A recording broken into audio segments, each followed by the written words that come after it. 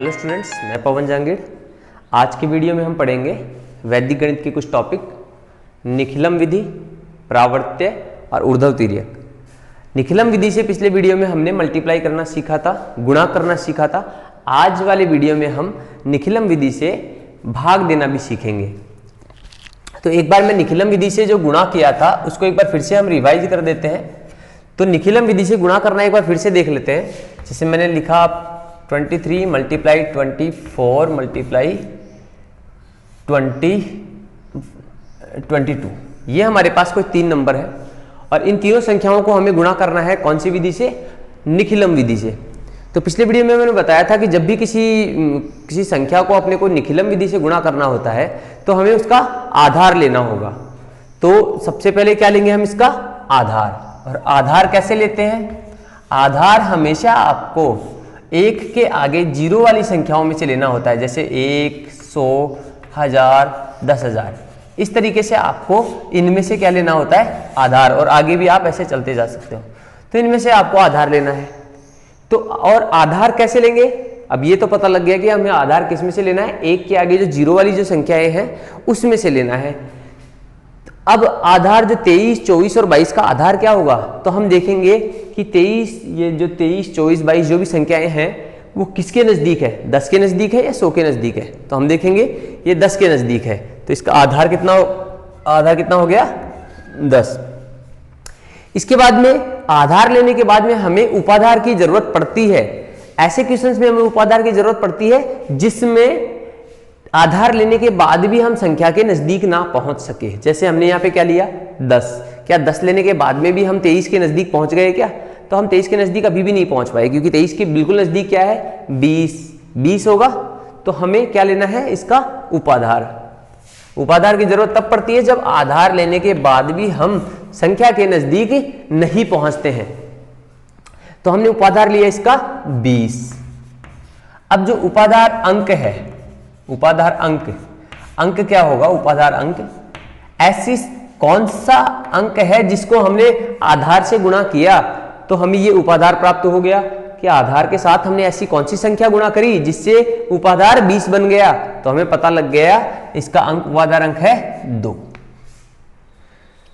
वैसे आपको उपाधार का अंक देखना हो तो हम ये भी देख सकते हैं, उपाधार जो हमने उपाधार लिया उसका जो बाईं तरफ का जो अंक होता है वही उसका उपाधार अंक होता है। इतना करने के बाद में हम क्या करते हैं? तीनों संख्याओं को एक के नीचे एक ऐसे लिख लेंगे। अब क्या करेंगे कि अब हमें देखना है 23 के आगे हमें क्या लिखना है? 23 के आगे हमें इसका विचलन लिखना है। और विचलन क्या होता है कि अब यहां पे उपाधार लिया तो उपाधार से हम विचलन देखेंगे। तो 20 से 23 कितना ज्यादा है या कितना कम है? तो 20 से 23 कितना ज्यादा है? +3। 24 से, अब बात आई 24 की, तो 24 20 से कितना ज्यादा है? 24 20 से 4 ज्यादा है। 22 है, ये आधार उपाधार से कितना ज्यादा है? 2 ज्यादा है। वो क्या ज्यादा होगा तो प्लस में लिखेंगे। और अगर मान लो यहाँ पे 17 होता, नहीं यहाँ पे 17 होता तो हम क्या लिखते? -3, क्योंकि अभी ज्यादा है इसलिए हमने प्लस में लिखा। और अगर कम होगा तो हम किस में लिखेंगे? माइनस में। अब हमारे पास 3 संख्याएं हैं तो कितने कॉलम बनेंगे? 3 कॉलम बनेंगे। पहले वाले कॉलम में दाईं तरफ से जो पहला कॉलम है उसमें हमेशा हमें विचलन को क्या करना है? आपस में गुणा करना है। तो हम करेंगे 3 गुणा 4 गुणा 2। पहले दाईं तरफ से जो पहला कॉलम है उसमें हमेशा क्या करना है? विचलन का गुणा करना है। और बाईं तरफ से जो पहला कॉलम है, या दाईं तरफ से जब हम स्टार्ट कर रहे हैं तो लास्ट वाला जो कॉलम है उसमें हमेशा चाहे 2 अंकों की संख्या, चाहे 2 संख्याएं होंगी या 3, हमें उसमें क्या करना है? कोई भी एक अंक ले लेना है। उसके सामने वाली संख्या नहीं लेनी, नीचे वाली दोनों संख्याएं ले लेनी है। अगर आपने 24 लिया तो 4 नहीं लोगे, क्या लोगे? +3 और +2, यानी जो भी हम संख्या लेंगे उसके सामने की ना लेके जो बच जाती है वो विचलन लेते हैं। तो हमने लिया, मैं ले रहा हूं 24 ले रहे हैं तो हमें 4 नहीं लेना है, हमें क्या लेना है? 3 और 2। तो हम लेंगे +3 +2, इसको ब्रैकेट में लिख देते हैं।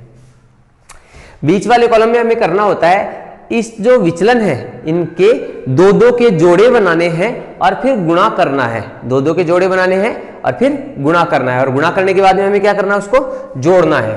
तो हम करेंगे 3 गुणा 4, देखो 3 और 4 का जोड़ा बनाया, फिर 4 और 2 का बनाते हैं, 4 गुणा 2 प्लस, अब बच गया 3 और 2 का जोड़ा नहीं बना तो 3 गुणा 2, इसका भी हम एक पेयर बना लेंगे।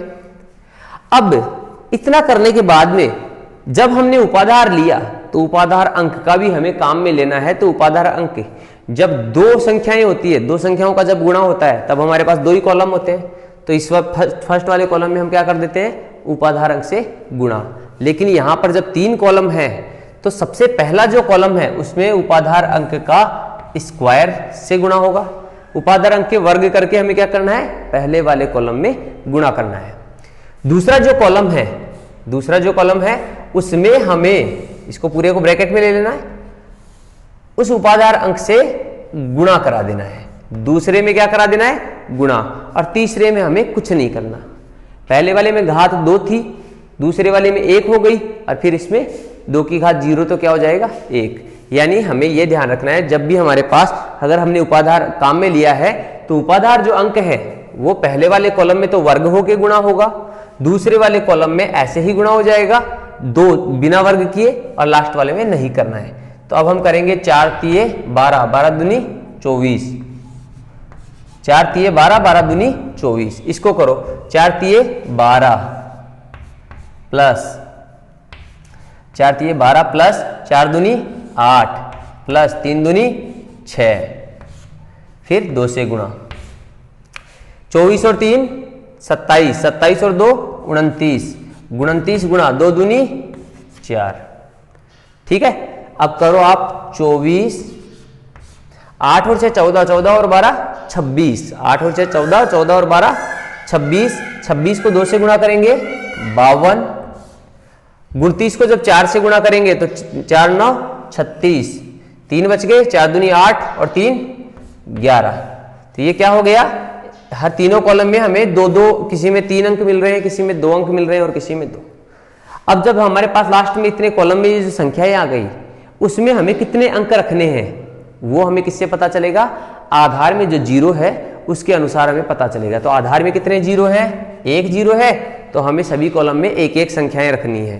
तो हमने रखा 4, ये जो 2 है वो कहां चला जाएगा, इसके पास, तो कितना हो गया 52 और 2 54, 54 हुआ, तो 54 का क्या लिखेंगे 4, देखो 52 और 2 54, और 54 में से भी हमें 1 रखना है, 4 यहां रखेंगे, और जो 5 है वो अगले के पास चला जाएगा। तो कितना हो गया 12 144, ये हमारा उत्तर हो गया। अगर आप घर पे प्रैक्टिस कर रहे हो और आपने ऐसे क्वेश्चन कर लिया, उसके बाद में अगर आपको डाउट होता है कि हमारा क्वेश्चन गलत हो सकता है, तो आपको क्या करना है, फिर आपको इनको साधारण गुणा करके देख लेना है। साधारण गुणा कैसे करते हैं, 23 गुणा 24, पहले इसको कर लो, 4 तिये 12, 4 दूनी 8 और 1, 2 तिया 6, 2 दूनी 4, 2 5 और 5। फिर किससे गुणा करना है, 22 से, 2 दूनी 4, 2 पंजे 10, 2 पंजे 10 और 1 11, 4 0 1 1, 4 4 1 2 1। तो देखो हमारा उत्तर क्या आ रहा है, ये समान उत्तर आ रहा है। तो इसका मतलब हमारा जो निखिलम से गुणा किया वो क्या है, सही।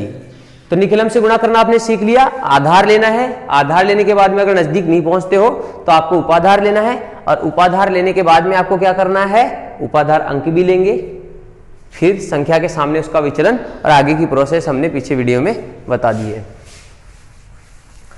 अब हम करेंगे निखिलम विधि से भाग। क्या करेंगे, निखिलम विधि से हम करेंगे भागफल। तो निखिलम विधि से हम भागफल करेंगे, हम करते हैं निखिलम विधि से भाग। तो ले लेते हैं 39 94।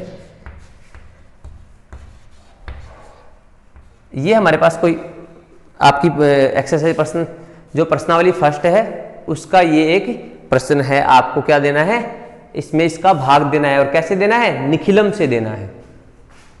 आपको किससे भाग देना है, इसको निखिलम से। अब निखिलम से जब हम भाग देंगे, इसमें इसका भाग देंगे, तो ये तो क्या हो जाएगा, भाग देते हैं उसमें ये क्या हो जाता है, भाज्य, और जिससे भाग दिया जाता है वो क्या होता है, भाजक।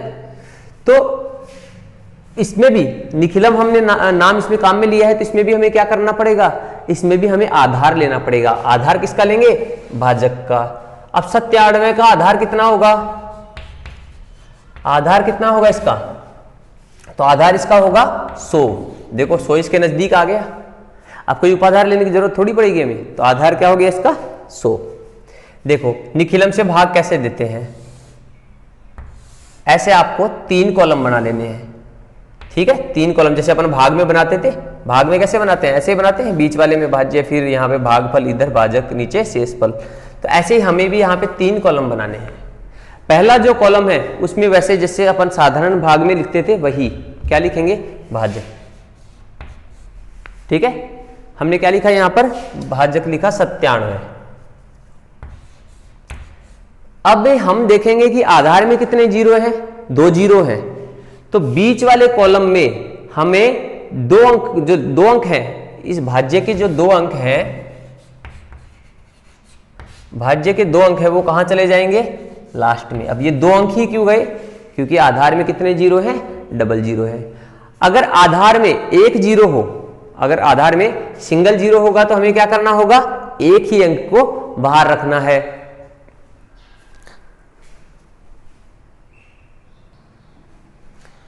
तो आधार में क्या होगा, सिंगल जीरो होगा तो हमें एक ही अंक यहां पे रखना है। अब क्या करेंगे, बाकी जो बच गए उनको कहां रखना है, अंकों को बीच वाले कॉलम में हमें ऐसे कैसे रख लेना है।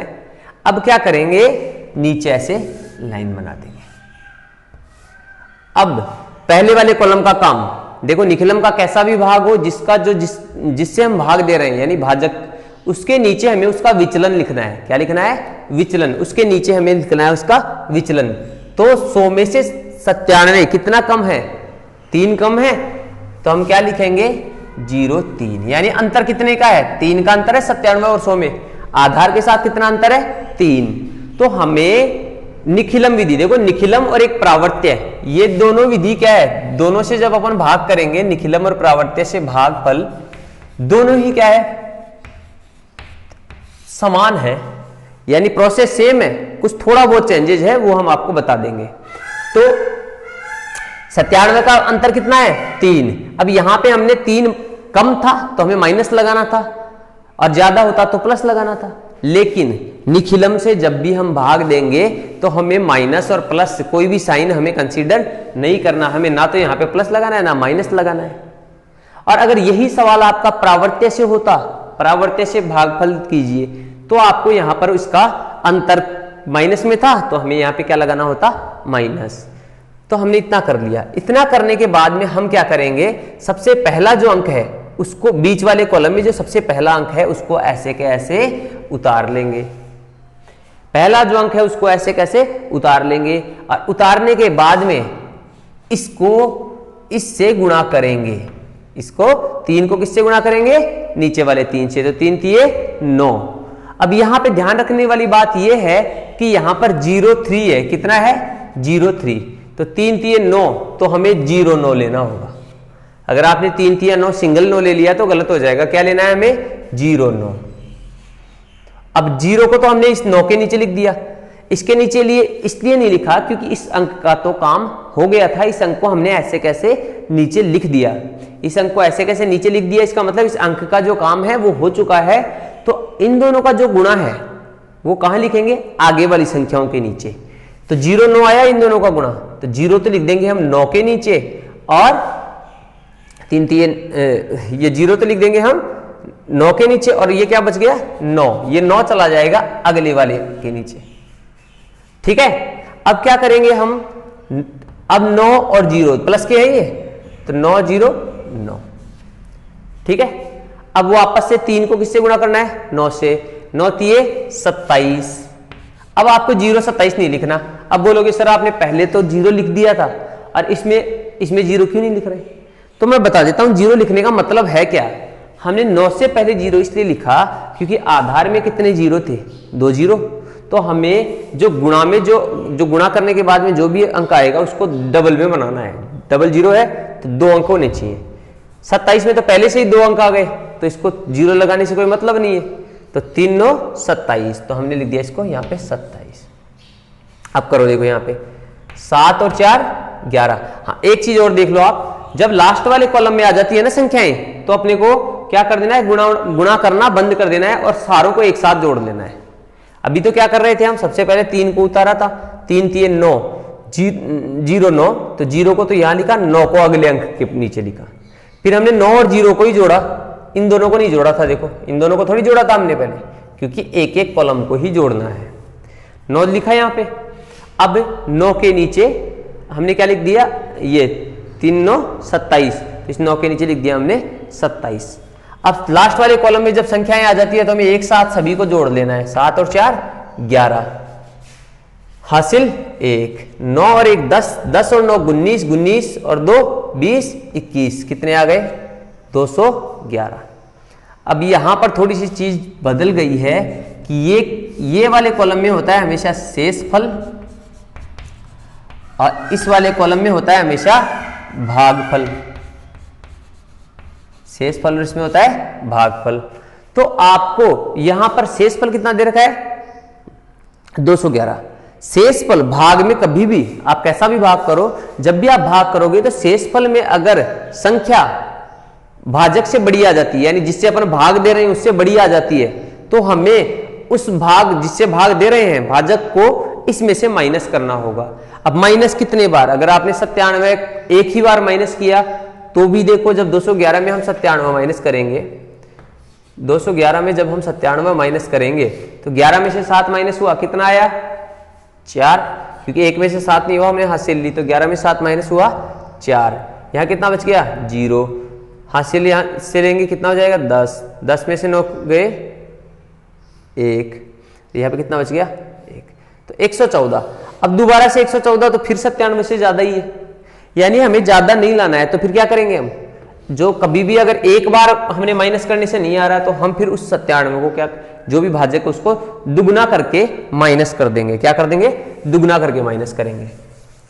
और जितने बार आपने दुगना करके माइनस किया है तो यहां पे 2 जोड़ देंगे, और अगर सिंगल माइनस किया है तो 1 जोड़ेंगे। तो हमने दुगना करके माइनस करना है, तो 97 का दुगना कर लो इधर, 97 गुणा 2, 2 संते 14, कितना बच गया, 1 2 9 18 और 1 19, कितना आ गया, 194।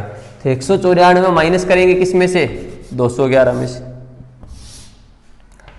और हमने 2 बार क्या किया है, दुगना करके हमें माइनस किया है, तो यहां पे 2 जोड़ेंगे, कितना आ गया, 41। और यहां पर देखो 6 माइनस करो 211 में से 194 को, तो कितना हो जाएगा, 6 और 11 17, कितना आ गया, 17। तो अब सही है, अब 17 क्या आ गया, 97 से कम आ गया, तो हम बोलेंगे भागफल कितना है, भागफल 41 और शेषफल है 17। ठीक है, देख लो आप इसको, अगर आप इसका स्क्रीनशॉट लेना चाहते हो तो स्क्रीनशॉट ले लेना। तो आपको ये चीज समझ में आ गई। अब हम स्टार्ट करेंगे प्रावर्त्य से भाग, जो कि मैंने बोला सेम है। जिसने ये समझ लिया उसको प्रावर्त्य भी आसानी से समझ में आ जाएगा। तो अब हम करेंगे किससे, प्रावर्त्य से करेंगे। तो हम लेते हैं 13,385 भाग 131। भाग देना है। प्रावर्त्य और निखिलम सेम ही होगा, मैंने बताया सेम ही होता है, कुछ चेंजेस होते हैं। सेम है तो इसमें भी हमें क्या लेना होगा, आधार। प्रावर्त्य में भी क्या लेना होगा, आधार। तो 131 किसके नजदीक होगा, 100 के। ठीक है, अब वही 3 कॉलम बनाने हैं अपने को। इधर क्या लिखते हैं, भाजक। लास्ट वाले कॉलम में जितने जीरो होते हैं, आधार में जितने जीरो होते हैं उतने अंक लास्ट वाले कॉलम में हम लिखेंगे। तो हम लास्ट वाले कॉलम में लिखेंगे 85। ठीक है, अब बीच वाले कॉलम में क्या बच गए, 133। देखो यहां तक निखिलम की तरह चल रहा है, बिल्कुल कोई चेंजेज नहीं है। अब क्या करते थे, 131 के नीचे हम क्या लिखते थे, अंतर। तो 131 और आधार 100 में कितना अंतर है, 31 का अंतर है। 131 और 100 में कितना अंतर है, 31 का। अब यहां पर मैंने बताया था कि प्रावर्त्य से जब हम सॉल्व करेंगे तो हमें साइन लिखना जरूरी है, चिन्ह लगाना जरूरी है। तो 131 और 100 में अंतर कितना, 31 का। लेकिन किसका है ये 31? प्लस का। किसका हो गया ये? प्लस के 31 है। ठीक है, अगर प्लस नहीं भी लिखोगे तो कोई दिक्कत नहीं, क्योंकि प्लस अगर नहीं लिखते हैं तो भी प्लस का ही मानते हैं इनको, लेकिन समझने के लिए एक बार प्लस लिखो। प्लस लिखा, इतना करने के बाद में अंतर लिखा, वो माइनस में, अगर अंतर में वो कम है तो माइनस लिखेंगे, ज्यादा है तो प्लस लिखेंगे। इतना करने के बाद में आपको क्या करना है, अंतर लिख दिया। अब हमें ये प्लस का है तो माइनस का लिख देना है, और माइनस का है तो प्लस का। तो ये प्लस का है तो हम 31 को किसका लिख देंगे? माइनस का। अब माइनस हम ऐसे ना लिख के ऊपर लगा देते हैं माइनस, विनकुलम की तरह। माइनस कैसे लगाएंगे? 3 के ऊपर विनकुलम का निशान और 1 के ऊपर, इसे हम बोलते हैं माइनस। विनकुलम जो होता है हमेशा ऋणात्मक चिन्ह को ही प्रदर्शित करता है, इसलिए हम 31 को माइनस मान लेंगे। अब बाकी प्रोसेस वही है, बस अपने को चेंज क्या करना है, बस केवल ये चेंज है। चेंज क्या है? सबसे पहले तो हमें अंतर लिखना है, वो प्लस में है तो प्लस का लिख देना है, माइनस में है तो माइनस का। अंतर लिखने के बाद में अगर प्लस का है तो माइनस का कर देंगे, और माइनस का है तो प्लस का कर देंगे। अब फिर सारा जो भी काम है वो इससे होगा, माइनस नीचे वाले से, चेंज होने के बाद में। पहला अंक उतारेंगे, जैसे उसमें उतार रहे थे, पहला अंक उतारा हमने, क्या है? 1। अब इस 1 को किससे गुणा करेंगे? 31 से। 31 को 1 से गुणा किया, उसमें भी ऐसे ही कर रहे थे ना, उसमें हम इससे गुणा कर रहे थे, लेकिन इसमें चिन्ह बदलने के बाद में जो अंक है उससे गुणा करेंगे। तो 31 को 1 से गुणा करेंगे, 31 एकम 31। देखो 3 इसके नीचे तो लिखना नहीं, क्योंकि हमने इसको ऐसे कैसे उतार लिया है। 3 के नीचे हम क्या लिखेंगे? 3 माइनस का, और इस 1 के नीचे भी हम क्या लिख देंगे? माइनस का। तो क्या हुआ? 3। अभी देखो ये 3 माइनस का है और 3 प्लस का है, तो 3 में से जब 3 माइनस हुआ तो क्या आया? 0। निखिलम में हमने बताया था कि एक एक कॉलम को ही जोड़ना है हमें, दोनों को साथ नहीं जोड़ना, घटाना है। तो हमने 1 को जोड़ा फिर गुणा, 1 को जोड़ा फिर गुणा, ऐसे चलना है। जब लास्ट वाले कॉलम में आ जाए तो अपने को एक साथ जोड़ देना है। 3 में से 3 हुआ 0। अब इसी 31 को जब 0 से गुणा करेंगे तो क्या आएगा? 0। लेकिन हमें कितने टाइम लिखना है? आधार में 2 0 है तो हमें डबल दो अंक होने चाहिए, तो हमने 1 0 यहां लिखा और 1 0 यहां लिखा। एक तो देखो इसका तो काम हो गया था, इसलिए हमने 0 को इसके नीचे नहीं लिखा, अगले वाले अंक के नीचे लिखा था। अब वापस से माइनस करो, 3 में से 1 माइनस करेंगे, 1 माइनस का है 2, और 2 में से 0 माइनस करेंगे 2, तो क्या आ गया? 2 ही आ गया। अब 31 को किससे गुणा करें? 2 से। देखो जोड़ते जाओ, गुणा करते जाओ। 31 दूनी 62, 62 किसका है? माइनस का, और वो अगले कॉलम में लिखेंगे। और एक चीज हमेशा ध्यान रखनी है, एक अंक के नीचे एक ही अंक होना चाहिए। ऐसे नहीं कि आप, मैंने लिखा 131 और आपका जैसे ये शुरू में आया था ना 31 एकम 31, और आपने यहीं लिख दिया 31 एकम 31, ये गलत हो जाएगा। एक अंक के नीचे एक, और जिस अंक को हमने पहले उतार लिया उसके नीचे नहीं करें, लिखेंगे। अब देखो लास्ट वाले कॉलम में संख्याएं आ गई, तो एक साथ जोड़ दो या घटा दो, जो भी है। घटने वाला है तो घटा दो, जुड़ने वाला है तो जोड़ दो। 5 में से 2 माइनस हुआ 3, 8 में से 0 माइनस हुआ तो 8, और 8 में से 6 माइनस हुआ तो 2। तो ये तो हो गया आपका शेषफल, ये हो गया भागफल। शेषफल छोटा है तो आगे कुछ करने की जरूरत नहीं है।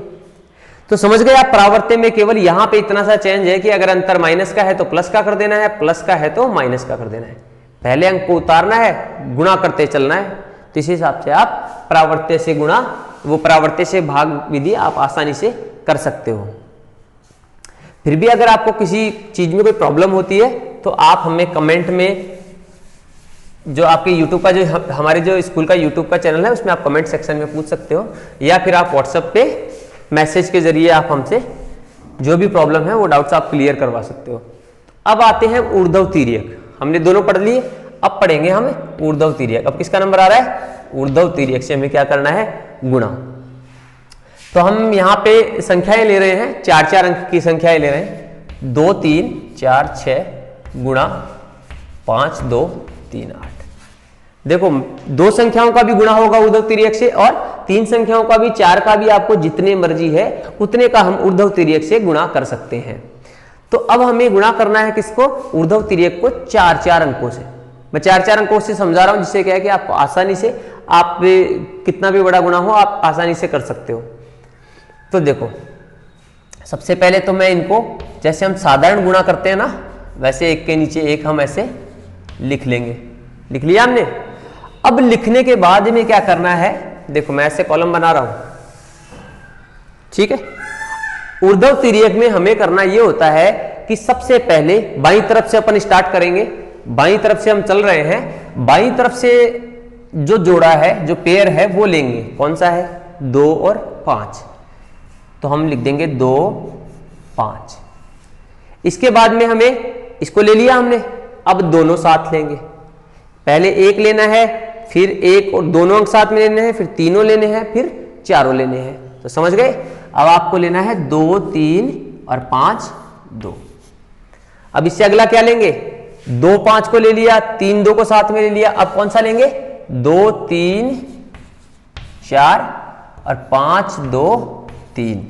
बाईं तरफ से स्टार्ट करना है। पहला अंक, तो पहले एक बार पहले अंक के साथ जो कॉलम बन रहा है उसको लेंगे, फिर 2 2 अंक के कॉलम, फिर 3 के और फिर 4 के। तो अब 4 का 2 3 4 6 5 2 3 8। तो ये हमारे पास क्या हो गया? अब चारों अंक आ गए।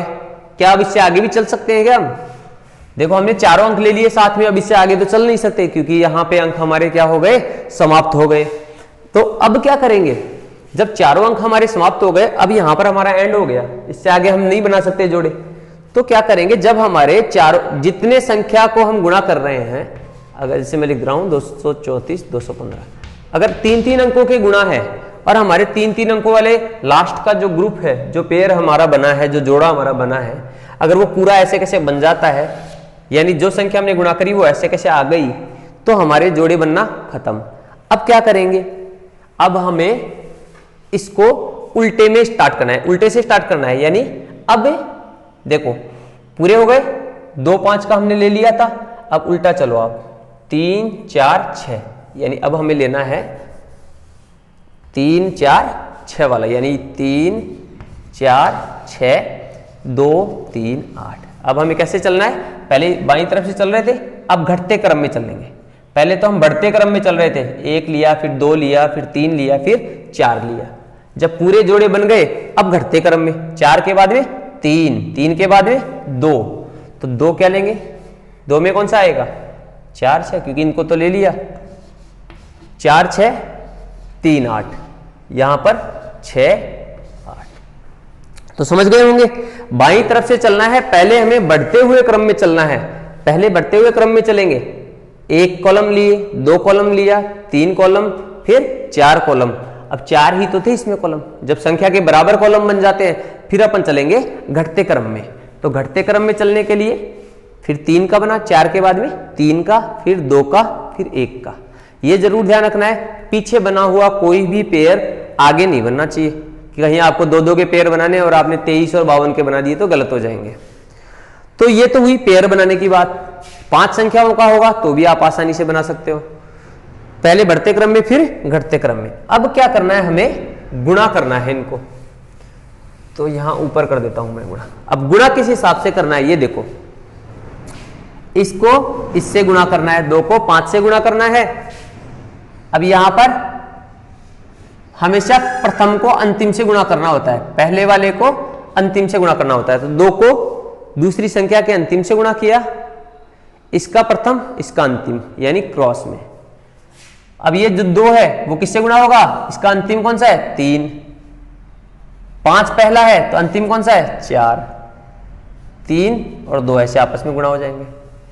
अब 2 8 से गुणा होगा, 6 5 से गुणा होगा।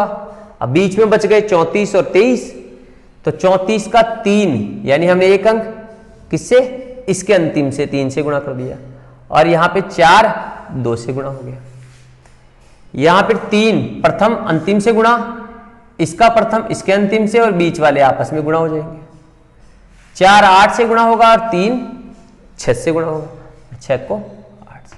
तो आप ये समझ लो कि जब भी चाहे अगर 5 का बन जाता है, जैसे मैं एक बताता हूं, अगर बीच में 5 वाली संख्याएं हैं कोई 3 2 5 8 6, ऐसे 5 वाली संख्या है और बीच में 5 वाला ग्रुप आ गया, तो उसमें कैसे गुणा करेंगे? प्रथम को अंतिम से, इसके प्रथम को अंतिम से। अब बीच में 3 3 अंक बच गए, तो 3 3 अंक में प्रथम कौन सा है? तीसरा, और अंतिम कौन सा है इस 3 का? 8। इसका इसका 2 प्रथम और इसका अंतिम 5 और बीच वाले का ऐसे कैसे गुणा। अब गुणा कर लो, हमने गुणा करना है 2 पंजे 10, ऐसे बनाते जाओ कॉलम, 2 पंजे 10, 2 दूनी 4। देखो जो ऐसे दे रखा है ना प्रथम को अंतिम से गुणा, उनको जोड़ते जाना है, यानी गुणा करते जाना है और जोड़ते जाना है। 2 दूनी 4 प्लस 5 तिये 15।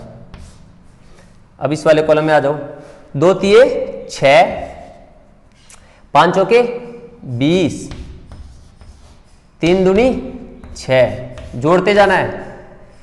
8 दूनी 16, 5 छगी 30, 2 चौके 8 और 3 तिये 9। अब आ जाओ इसमें, 8 तिये 24, 6 दूनी 12 और 4 तिये 12, 8 तिये 24, 6 दूनी 12, 3 चौके 12। अब यहाँ पे 6 तिये 18, 8 चौके 32। अब 8 और 6 को करेंगे, 8 छगी 48। ये हमारा गुणा हो गया, जोड़ते चले गए। गुणा करना हमने आपको बता ही दिया, किस हिसाब से क्रॉस करके हम गुणा करते हैं। अब इनको जोड़ते जाओ। सबसे पहले कॉलम में 10, दूसरे में 15 और 4 19, तीसरे में 20 और 6 26, 26 और 6 32, 30 और 16 46, 30 और 16 46, 46 और 8 कितने हो गए? 46 और 8 54, 54 और 9 63, 54 और 9 63। इसके बाद में 12 और 12 24, 24 और 24 48। इसके बाद में आ जाओ, 18 और 32 कितने हो जाएंगे? 50 और 48। 10, 15 और 4 19, 20 और 6 26 और 6 32, 16 और 30 46, 46 और 8 46 और 8 कितने हो जाएंगे? 54, 54 और 9 63, 24 48, 32 18 50 और 48। अब ऐसे इतना करने के बाद में हमें क्या करना है कि इकाई वाले अंक, इकाई वाली यानी जो इकाई की तरफ आता है दाहिनी तरफ, उस वाले कॉलम से चलना है 48। और ऊर्ध्व तिर्यक में आपको हमेशा ये ध्यान रखना है कि एक एक अंक ही रखना है। हर कॉलम में कौन से रखने? एक एक अंक रखने हैं। सबसे पहले रखेंगे हम 8। अब ये 4 कहां चला जाएगा? इसके पास चला गया। 8 यहां से लिया, 4 इसके पास चला गया, कितना बन गया? 54। और 54 में से क्या रखेंगे हम? 4। 54 में से हमने 4 रखा तो 8 कहां चला गया? वो 5 कहां चला गया? 5 चला गया इसके पास। 5 चला गया इसके पास तो कितने हो गए? 48 और 5, 48 5 कितने हो गए? 53। 53 में क्या रखेंगे अपन? 3। और 5 कहां चला जाएगा? इसके पास 63 और 5 कितने हो गए? 68। 68 में रखेंगे 8। 6 कहां चला जाएगा? इसके पास 32 और 6 38। 38 का लिखेंगे 8। 3 कहां चला गया? इसके पास 32 से 38, 38 का लिखा 8 और 3 इसके पास चला गया। 19 और 3 22, 22 का लिख दिया हमने 2 और 2 कहां चला गया? इसके पास। अब लास्ट में एक ही बचा है तो 10 और 2 12। ये इतना करने के बाद देखो फिर से रिपीट कर रहा हूं, एक एक अंक रखना है। 8 को रखा, 4 कहां चला गया? 50 के पास। 50 और 4 54। 54 में से हम क्या रखेंगे? 4। एक एक अंक रखना है। और वो 5 कहां चला गया? देखो 5 कहां चला गया? 48 के पास। 48 और 5 53। 53 का हमने क्या रखा? 3। 5 कहां चला गया? 63 के पास। 63 और 5 68। 68 का क्या रखा हमने? 8। 6 कहां चला गया? इसके पास। 32 और 6 38। 38 का क्या रखा? 8। और 3 कहां चला गया? इसके पास। 19 और 3 22। 22 के 2 और 22 के कितने? 2 और 3 इसके पास चला गया। 22 के 2 और 2 इसके पास चला गया। 10 और 2 12। तो ये हमारा क्या हो गया? ऊर्ध्व तिर्यक से गुणा। तो आज के वीडियो में हमने क्या सीखा? निखिलम से भाग देना, परावर्त्य से भाग, निखिलम से गुणा करना और ऊर्ध्व तिर्यक से गुणा करना। तो आज आपको मैं कुछ क्वेश्चंस दे रहा हूं, वो आपको घर पे प्रैक्टिस के लिए करना है, और आपको अगर आंसर नहीं आता है तो आप हमें व्हाट्सएप पे पूछ सकते हैं। तो मैं आपको कुछ क्वेश्चंस दे रहा हूं होमवर्क के लिए। पहला जो क्वेश्चन है, ऊर्ध्व तिर्यक से गुणा कीजिए। ऊर्ध्व तिर्यक से गुणा, ऊर्ध्व तिर्यक से गुणा कीजिए। ऊर्ध्व तिर्यक से हमें गुणा करना है। मैंने दी संख्या 2 3 4 गुणा 5 2। क्वेश्चन नंबर 2, निखिलम से गुणा कीजिए। निखिलम से गुणा कीजिए। निखिलम से गुणा कीजिए। अब निखिलम से गुणा करना है तो कैसे करेंगे? निखिलम से गुणा, मैं आपको एक संख्या दे रहा हूं, 32 गुणा 33 गुणा 35। क्वेश्चन नंबर 3, 111,034 भाग 889। भाग किससे देना है इसको? निखिलम से भाग दीजिए, से भाग, ये हमें निखिलम से भाग देना है। क्वेश्चन नंबर जो 4 है प्रावर्त्य से, तो उसको मैं देता हूं 21 12 भाग 97। इसको किससे करना है? परावर्त्य से, परावर्त्य